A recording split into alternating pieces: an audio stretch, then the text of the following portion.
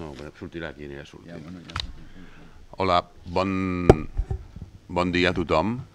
Bon dia. Moltes gràcies per estar aquí. Avui és un dia per nosaltres molt important i de moltes emocions, perquè aquí hi ha bastanta gent d'aquí de la casa i la gent que ens està acostant per streaming sap que tot el que hem passat doncs, no ha sigut poc, i per tant ahir molta gent de Mediapro ho va estar celebrant i ho va estar celebrant amb molta emoció. Si més no, emoció, no sé si és la sí, paraula. emoció, almenys per les fotos que enviaven, semblaven bastant emocionats, no? No sé si en algun moment, amb algun editament extra, sembla que sí. Parlaré también en castellano porque hay gente de fuera que nos está escuchando. Vamos a ir pasando aquí, mientras tanto, un carrusel de informaciones que durante estos 8 años han ido publicando los medios del Grupo Prisa referentes a Mediapro y referentes al caso que ahora se ha quedado resuelto en el Tribunal Supremo.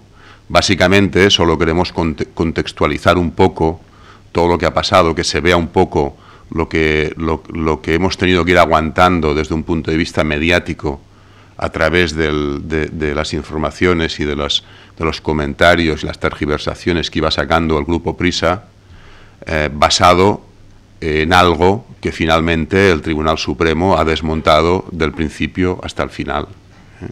Y yo creo que verlas ahora en perspectiva nos da una imagen de todo lo que hemos tenido que ir aguantando la gente que estábamos trabajando aquí en Mediapro.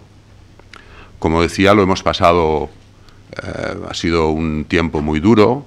Estábamos siempre pensando, nosotros estábamos convencidos de que teníamos razón y de que en algún momento se nos daría la razón, porque no podía ser de otra manera. Pero ha sido muy duro, pero aún así esta ha sido una compañía de éxito en este tiempo. O sea, parece que el intento que ha habido de cerrarnos, de acabar con nosotros, de sacarnos del mercado, no solo no ha funcionado, sino que hemos sabido tirarla adelante entre todos. Seguramente, si no hubiese pasado esto, los números que tendríamos ahora serían muchísimo mejores. Pero si hacemos una comparación, pues en el 2007, personas que trabajaban en el Grupo Mediapro había unas 1.900, ahora somos 3.500. O sea, hemos crecido muchísimo, hemos conseguido dar trabajo a muchísima gente. Teníamos 20 sedes, ahora tenemos 27. Teníamos un volumen sí, entre ellos este edificio en el que estáis ahora, que en ese momento no lo teníamos todavía. La cifra de negocio, estábamos en 780 millones de euros, estamos ahora en 1.500 millones de euros. Creo que en aquel momento todavía no habíamos hecho ninguna película, o quizás sí alguna, pero bueno, llevamos ahora 31 películas. Y un par de Oscars. Sí. Sí, bueno, un poco lo tenía aquí. Premios, pues hemos tenido 2 Oscars, 3 nominaciones al Oscar, 2 Globos de Oro, 7 Goyas, 2 Independent Spirit, un Vulcane en el Festival de Cannes. Hemos abierto nuevas sedes en París, en Singapur, en Bruselas, en Londres, en Turquía, en Río, en Dubái. Y hemos hecho cosas para nosotros tan importantes y tan grandes como Gol Televisión, como La Sexta, como Porto Televisión, como Manchester Televisión, como 15 canales que estamos haciendo en Miami. Hemos producido los Asian Games, el Mundial, la final de la Champions. 3 viajes del Papa. 3 viajes del Papa. La Copa de África.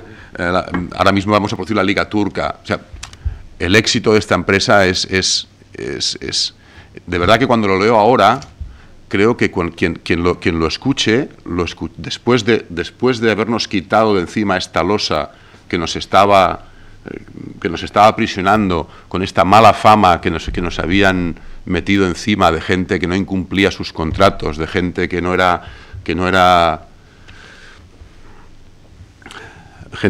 de fiar, gente que no era decente. Al quitarnos todo esto, yo creo que si se mira todo lo que hemos hecho, se ve con otra perspectiva.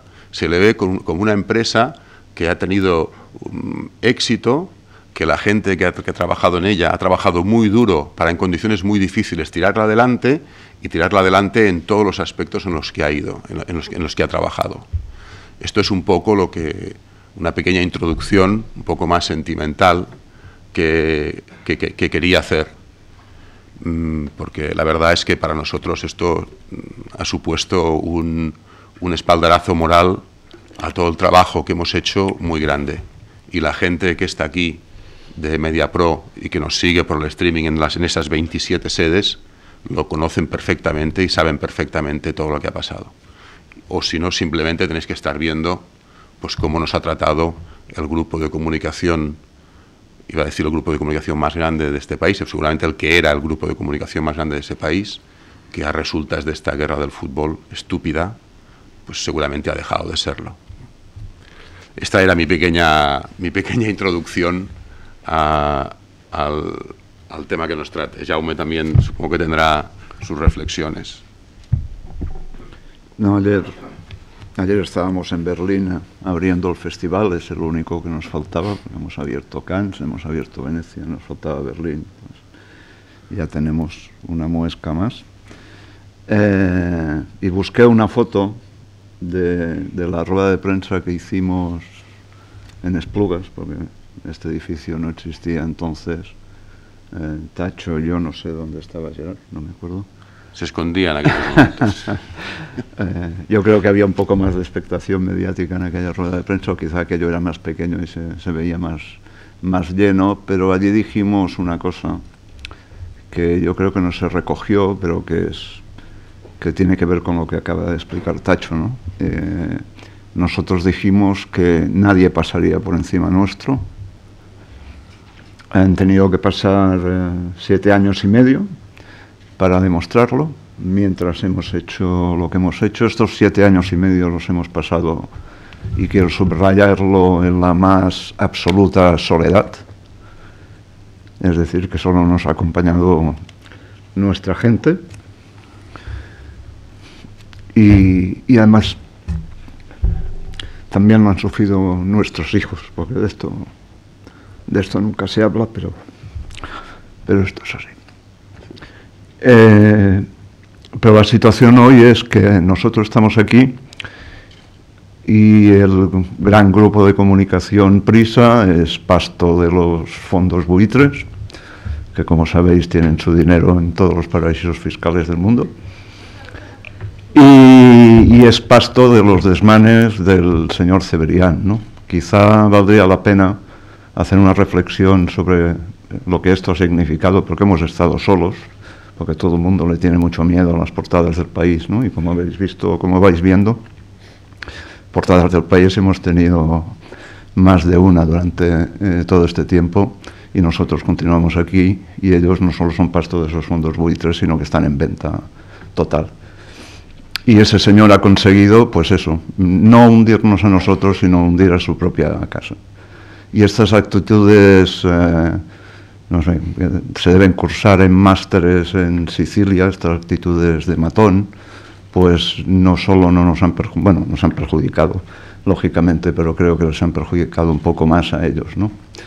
Otro miembro de ese consejo es un señor que es abogado, que se llama Matías Cortés, que en los cenáculos madrileños le comparan, porque físicamente se parece mucho a Luca Brasi, no sé si recordáis a Luca Brasi, que era uno de los esbirros del Padrino en sus películas, y es cierto que tiene una similitud física. Yo creo que también tiene otro tipo de similitudes, ¿no?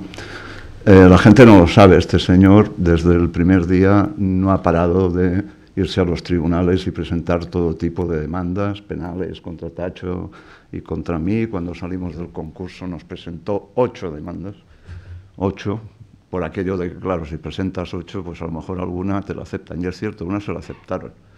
Y era una que nos pedía un aval de 230 millones de euros, ¿no? Digo, para que la gente se haga una idea de lo que hemos pasado durante estos 7 años. En los balances de los consejos de administración de Prisa, cuando uno es miembro del consejo tiene que declarar los ingresos recibidos. Yo invito al que tenga curiosidad, que vea lo que el despacho del señor Cortés, que hasta hace poco era miembro de ese Consejo de Administración, los millones que ha facturado Aprisa durante estos años, seguramente. Pues le iba bien no solo para intentar acabar con nosotros, sino para él ir enriqueciéndose. Durante este tiempo, una cosa que he lamentado mucho, entre otras cosas porque tenía varios amigos allí, es la actitud de los periodistas de esa casa, ¿no? Me ha sorprendido la poca fuerza moral que han tenido. Me ha sorprendido cómo en ningún momento han sido capaces de rebelarse frente a lo que han sido manipulaciones y maniobras de todo tipo, porque ya no es solo que escriban artículos ridículos sobre las capacidades de, no sé si es infanta o princesa, la Leonor, esa que tiene 8 o 9 años. No soy especialista en sangre azul, pero últimamente en el país lees cosas que, más que poner los pelos de punta, te hacen reír, ¿no? Pues durante todos estos años, gente que había trabajado con nosotros en TV3, gente que conocíamos del sector y que está allí, no ha tenido el mínimo decoro para hacer lo que tocaba hacer contra nosotros, ¿no? Y esto desde el punto de vista personal, desde el punto de vista de la ética, de eso que se llama la ética también periodística, más allá de lo personal, no... Bueno, ha sido como ha sido. No creo que esto cambie ahora, ¿no? No creo que vaya a cambiar, pero ahora les quedan un poco menos de recursos. Si habéis mirado hoy en los medios de prisa la noticia sobre la famosa guerra del fútbol, que ha llenado tantas páginas, pues estaba en Los Tres, era un poco pequeñita.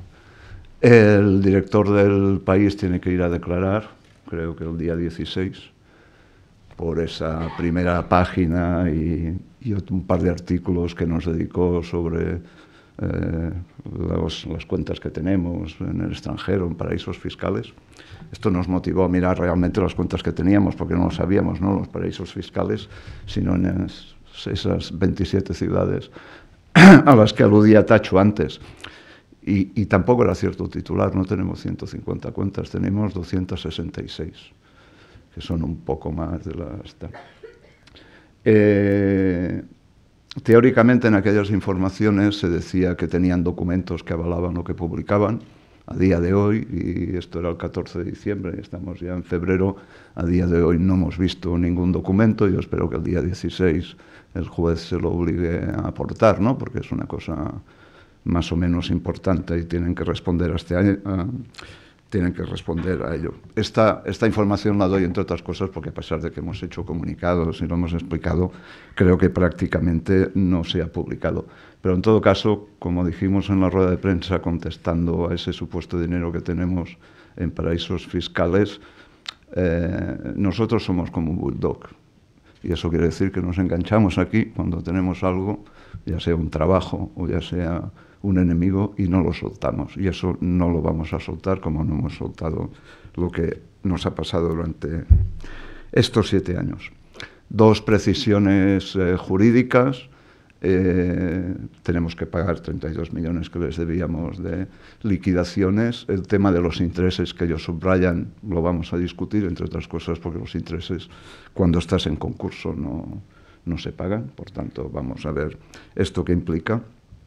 Y ahora vamos a presentar nosotros 2 querellas por daños y perjuicios. Una tiene que ver con las medidas cautelares, que nadie se acordará, pero en el verano del 2007 hubo una jueza que nos dictó unas medidas cautelares que nos impedía también utilizar nuestros equipos. Ellos tuvieron que depositar una fianza para avalar esas medidas cautelares de 50 millones de euros, que aún están ahí en el juzgado, y que nosotros esperamos que cambien de manos y que del juzgado no se los devuelvan a ellos, sino que vengan hacia nosotros, porque lógicamente los perjuicios que significaron aquellas demandas cautelares que fueron levantadas, creo recordar, 9 meses después por la Audiencia Provincial de Madrid, pues aún están vigentes. Y vamos a presentar otra porque debido a sus impagos, porque aquí siempre la fama de no pagar la tenemos nosotros, pero los que no pagaban eran ellos, debido a sus impagos, esta casa tuvo que ir a concurso y esto lógicamente nos perjudicó en muchas áreas y nos perjudicó económicamente, y de estos daños y perjuicios también vamos a pedir el correspondiente resarcimiento. Con esto quiero decir que la guerra del fútbol se ha acabado, pero que el remate a prisa aún no se ha acabado. Y nosotros vamos a acogernos a esto hasta el final, que salgan los documentos que se supone que tienen sobre el dinero que tenemos en paraísos fiscales, que salgan los daños que nos han causado y que se valoren el daño que nos hizo las medidas cautelares en su momento. Por tanto, pues no hemos acabado aquí. Yo creo que ellos sí han acabado aquí, porque no solo porque no tendrán los ingresos con los que contaban, sino que si les quedaba, bueno, yo creo que autoridad moral no la tenían y cada día han tenido menos, ¿no? Pero esa capacidad de matonismo y de amenazas que tenían hasta ahora, pues yo creo que mucha gente se lo va a tomar de otra manera. En todo caso, lo espero, ¿no? Porque como se ha visto, yo nunca he sido maoísta, pero había Mao que me hablaba de los tigres de papel y los pies de barro que tenían determinados gigantes. Pues mira, en este caso el presidente Mao tenía algo de razón. Res més. Bueno, sí, con respecto a lo que decía Jaume de las demandas que presentaremos daños y perjuicios, tampoco quiero que se vea aquí como si esto fuese una venganza ni nada en absoluto, sino que es nuestro derecho y además, como gestores, es nuestra obligación. Es decir, en las medidas cautelares del año 2007, pues el juez ya impuso una fianza de 50 millones porque en ese dinero evaluaba los posibles daños que se podían causar a Mediapro por la ejecución de esas medidas.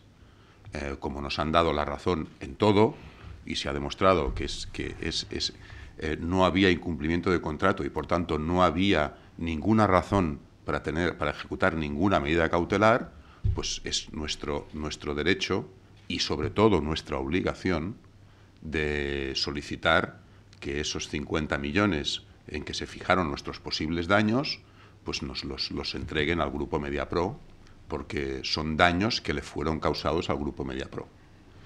Y en segundo lugar, es evidente también que si alguien se pone a repasar los artículos de prensa, algunos de los que están aquí, que cuando Mediapro tuvo en junio del 2010 que entrar en concurso de acreedores por culpa de una concatenación de situaciones, en primer lugar provocada por el anuncio de Prisa de que iba a impagar, de que no iba a pagar una factura de 90 millones de euros que tenía que abonarle a Mediapro en junio de 2010, y a continuación la ejecución provisional de la sentencia, que cuando alguien ejecuta provisionalmente una sentencia tiene que también ser muy responsable de que tiene derecho a cobrar el dinero que le ha dado que la sentencia le ha otorgado, pero que tiene que ser responsable de que en ese caso puede estar causando daños al ejecutado. En este caso es obvio que nos causaron un daño. Esas dos actuaciones nos causaron un concurso de acreedores. No hay nada más grave para una empresa que un concurso de acreedores. Lo único más grave es la liquidación, la quiebra. Por tanto, ahí también nosotros tenemos el derecho, pero sobre todo la obligación de solicitar la pertinente demanda de daños y perjuicios al Grupo Prisa por su actuación en este caso. Y así efectivamente lo vamos a hacer, porque nos asiste la razón y además porque tenemos la obligación de hacerlo. Si no lo hiciésemos, pues nuestros accionistas, las personas que trabajan en el grupo, tendrían todo el derecho del mundo a quejarse y a demandárnoslo. Hay que pagar los desperfectos de luz de gas de ayer por la noche. Obviamente. Quizás acaba con un mensaje un poco de optimismo. Si hasta ahora trabajamos el 85% y 15% lo dedicábamos a defendernos, ahora vamos a poder trabajar al 100%. Y yo creo, y además así están nuestros presupuestos y la sensación de todo el mundo, que el 2015 será el mejor año de toda nuestra historia.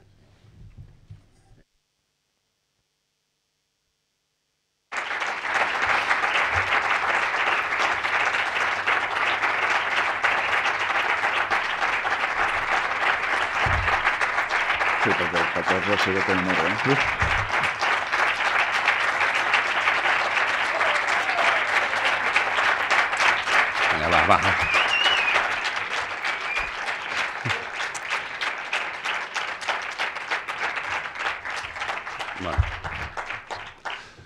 bueno, si hay alguna pregunta la contestaremos. Sí, adelante. Amb lo que vulguis.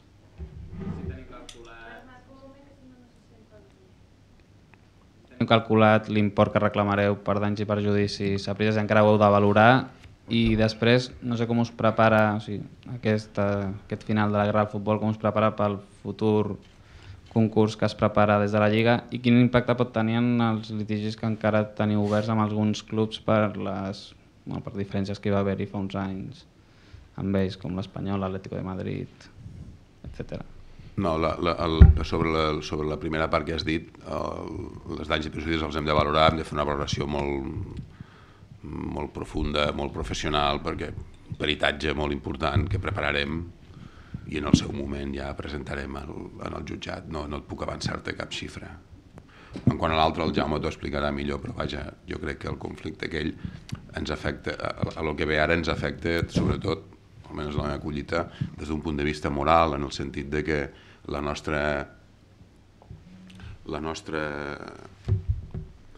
la visió que els altres puguin tenir de nosaltres queda... Bueno, és igual, ja m'ho t'explicarà.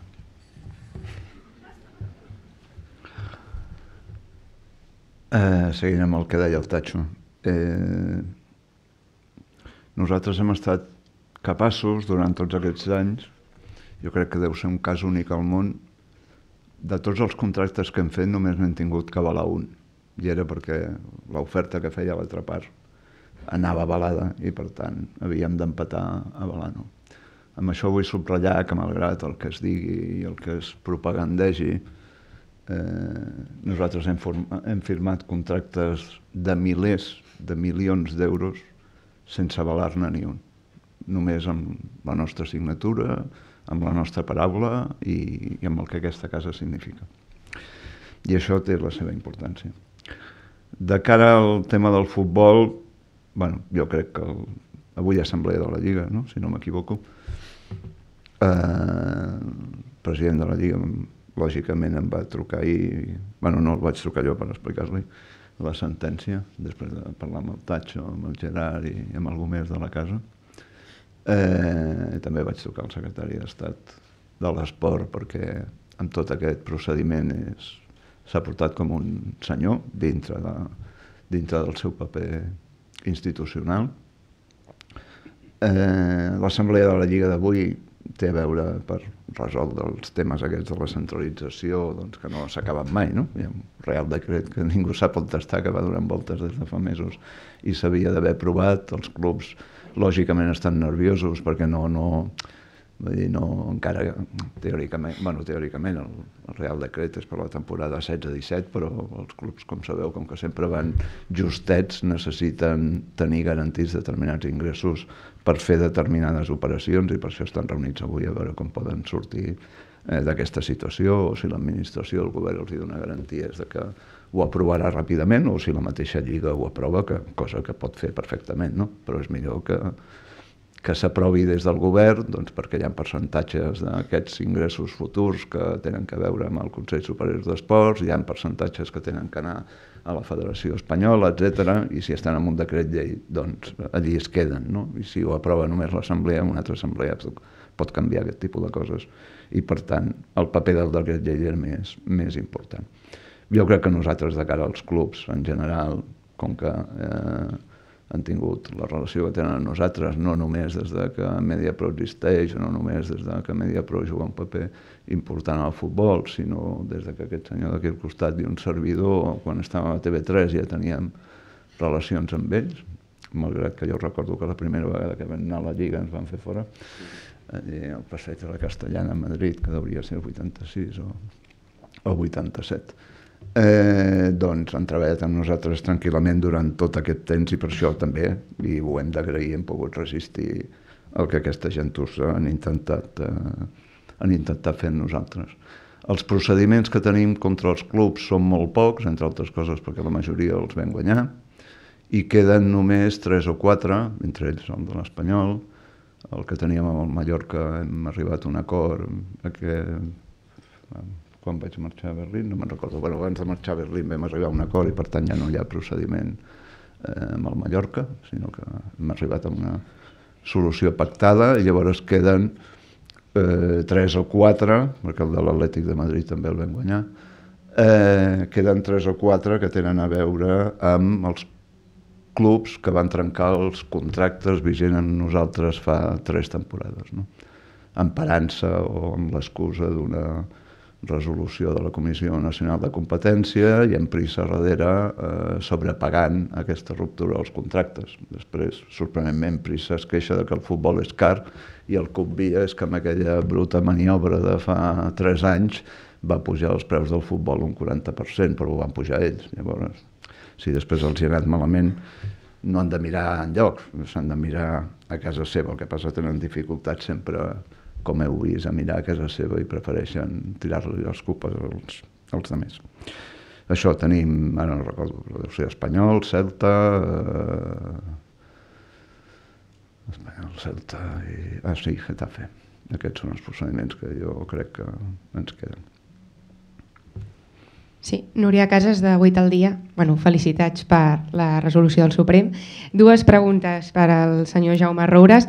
La primera, avui ha dit que el Barça no ha fet les coses prou bé. A quines coses es volia referir? Home, surten cada dia els diaris, no? No. Després, ara venint cap aquí, he sentit que el Faust deia que s'havien equivocat amb algunes coses i que a més no hi havia una persecució institucional, ens en referíem a això, no? Vull dir que si tenen problemes amb el Neymar, si tenen problemes amb la FIFA, doncs alguna cosa no hauràs fet bé. Una altra cosa és que ho facis amb mala fe, tal, que és una altra discussió, però alguna cosa no s'ha fet com nosaltres. Hi ha coses que no fem bé. El que passa que jo crec que també en aquests 7 anys i mig hem demostrat que això del victimisme no va amb nosaltres. Nosaltres no hem estat tot el dia plorant, dient lo malament que ens tracta la vida, lo malament que ens tracta Madrid, lo malament que tal. Sí, només hem plorat avui, sí.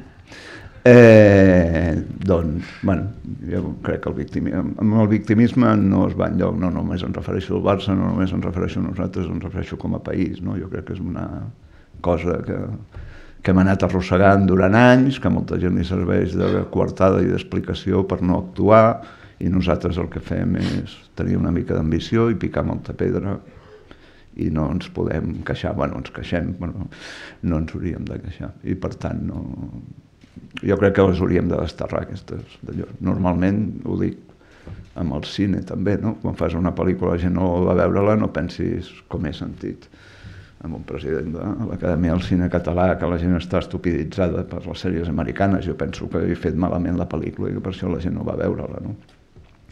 Però bueno, són actituds, em referia a això. I l'altra és que ara que el proper 16 de febrer es resoldrà si finalment el Barça signa contracte amb Mediapro o Telefònica, que la junta directiva actual no vagi unànime en moltíssimes decisions, com creu que pot afectar, i fins i tot suposant que, per exemple, el president Bartomeu es decantés per vostès? Bueno, jo la veritat és que no conec com funciona exactament la Junta, i llegint els mitjans tampoc t'aclares massa. Per exemple, avui crec que he llegit a l'Ara que el Manel Arroyo, amic meu des de fer, no? Gerard, 20 no sé quants anys. Sí, perquè jo li vaig passar els meus trastos a Dorna quan jo vaig fer això. Quan el senyor Mario Conde va entrar a Dorna, Gerard i jo ens en vam anar amb la Blanca i la Carín, que no sé si estan per aquí, però xapó per vosaltres. I els meus trastos li vaig passar al Manel Arroyo. Per tant, ens coneixem molt i avui m'ha sorprès a l'Ara que digui que nosaltres hem demanat que el traguessin de la negociació per un conflicte d'interessos. Que hi ha un conflicte d'interessos és evidentíssim, però nosaltres no hem demanat mai a ningú, ni al Bartomeu, ni al Sandro, ni a la Junta, que el traguessin d'enmig, perquè nosaltres té a veure amb el que deia abans, nosaltres ens basem en la nostra feina, no? I estem absolutament convençuts que la nostra oferta al Barça és molt millor que la de Telefònica, però absolutament. En segon lloc, jo crec que el Barça valorarà la lleialtat amb la nostra relació durant tots aquests anys, la lleialtat i els centenars de milions d'euros que hem anat pagant, perquè els clubs, qui va valorar davant dels clubs el que es podia fer amb el negoci de la televisió vam ser nosaltres, no van ser els clubs que d'un dia per l'altre van pensar que de cobrar 400 milions que cobraven podien passar a cobrar-ne 850 com cobren avui, sinó que més que nosaltres que els vam explicar com arribar amb aquest objectiu, i jo crec que aquestes coses han de passar més enllà de que el Tatxo i jo siguem socis, que també hauria de tenir-se en compte, no? Si a més es pensa que des de Madrid hi ha operacions més o menys orquestades contra el club, doncs, bueno, un dels pilots en què sempre s'ha basat això que es diu Madrid és Telefònica. Però és que més enllà d'això estem fermament convençuts de que la nostra oferta és millor. I per tant, dubto que la Junta del Barça prengui una decisió en sentit contrari. No sé el que pensen els seus components. Nosaltres parlem amb la gent, amb el president i amb la gent que té que negociar això i com que queden 4 dies, doncs veurem d'aquí 4 dies el que passa. Si no prenguessin una decisió i s'aprova el Real Decret Llei aquest, llavors ja no tindríem possibilitats de fer cap contracte. No sé si ho saben, però això és així.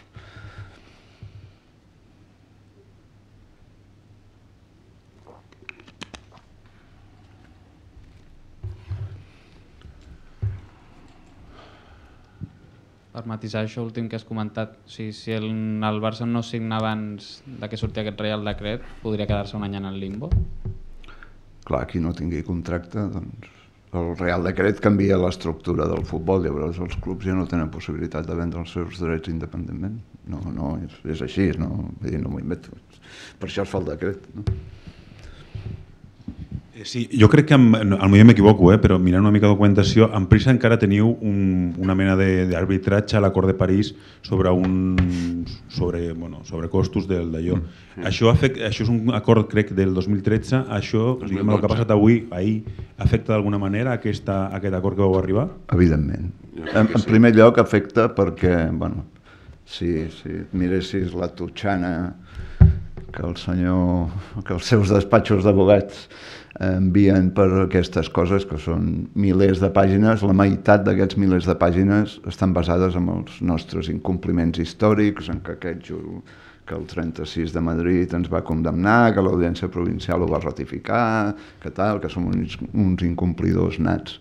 Lògicament, el primer que vam fer, i després de celebrar-ho entre nosaltres, telefònicament, perquè tots estàvem separats, va ser enviar-li al Tribunal Arbitral la sentència, no? Perquè se n'adoni que la meitat del seu raonament no era cert. I esperem que això que es tingui en compte, perquè lògicament obliga a mirar-ho des d'una altra perspectiva. En tot cas, mai hem patit per aquest procediment, perquè aquest l'hem patit per la seva durada. Això que portem, un any i mig? Un any i mig, sí. Sí, un any i mig, doncs, això s'ha d'acabar el mes que ve o una cosa d'aquestes, però no tenim cap preocupació pel tema. Sí, no diré nada nuevo sobre esto, pero lo diré en castellano para la gente que está de fuera. Para nosotros, yo pienso también personalmente que es esta sentencia cambia todo la percepción, porque todos los ataques, la mayoría de los ataques del Grupo Prisa, tanto desde el punto de vista judicial como mediático, pero también desde el punto de vista judicial, se han basado en intentar mostrar una cara nuestra como una gente incumplidora, indecente, de la cual uno no se puede fiar. Y esto se ve todavía más claro en todas sus argumentaciones en el que han presentado al Tribunal Arbitral de París. En esas argumentaciones ellos, por ejemplo, dicen cosas como que cuando firmaron el contrato con nosotros en el 2012, pues ya estaban convencidos de que nosotros les estábamos engañando, porque nosotros somos unos profesionales del engaño, que ya en el juzgado 36 dejó claro cuál era nuestra forma de actuar, que fue además corroborado provincia a provincial. O sea, la cantidad de veces que utilizan esta argumentación hace que realmente lo que pasó ayer en el Supremo tenga todavía más valor, porque se les cae toda la argumentación. Vamos al principio, a la base. La base fue, y lo quiero recordar, que Prisa nos acusó en agosto de 2007 de que estábamos incumpliendo un contrato. y que como lo estamos incumpliendo, dejaba de darnos la señal de los partidos de fútbol. Y ahí empezó lo que se llamó la guerra del fútbol, porque os recordáis, en ese momento fue cuando uno daba 4 partidos en abierto, bueno, la forma que tuvimos de defendernos de ese ataque. Quiero además decir que en ese momento hay multitud de documentos nuestros dirigiéndonos a Prisa y proponiéndoles sentarnos a llegar a un acuerdo. Como no quisieron sentarnos, les enviamos acuerdos hasta por escrito sobre de qué manera podíamos acordar para no herir a los demás, a perjudicar a los demás, que eran los clubes de fútbol, a los espectadores. Y ellos en ningún momento quisieron ni sentarnos. Todo se basaba en un supuesto incumplimiento por nuestra parte. A esto se ha dado completamente la vuelta. Lo que ha dicho el Supremo son 2 cosas. Una, que ese contrato, tal y como nosotros estábamos diciendo en esos momentos, era nulo de pleno derecho y por tanto en ningún momento se nos podía acusar de incumplimiento, y que por tanto el incumplidor con mayúscula era el grupo Prisa cuando dejó de darnos la señal de los partidos. Eso es lo que ha pasado. Y por tanto, todo lo que ha venido detrás de eso, que es muchísimas argumentaciones, muchísimas demandas judiciales, muchísimos artículos, muchísimo de todo eso se ha caído abajo como un castillo de naipes. Y por tanto esto tendrá que tener, lógicamente, y no vería, y es imposible que no lo tenga, y no entendería que no lo tuviese, un impacto en el tribunal arbitral. No porque yo ahora quiera influir o porque nosotros queramos influir, sino porque fue el propio grupo Prisa quien argumentó delante del tribunal que su forma de actuar era lógica porque se estaba encontrando con una gente que eran unos incumplidores. Eso se ha demostrado pues que no lo somos, y por tanto, si el tribunal en ese momento analiza y dice, bueno, pues entonces, si esta gente no eran incumplidores y en cambio los que lo eran lo otro, hay que verlo, se mira todo desde otro cristal completamente diferente.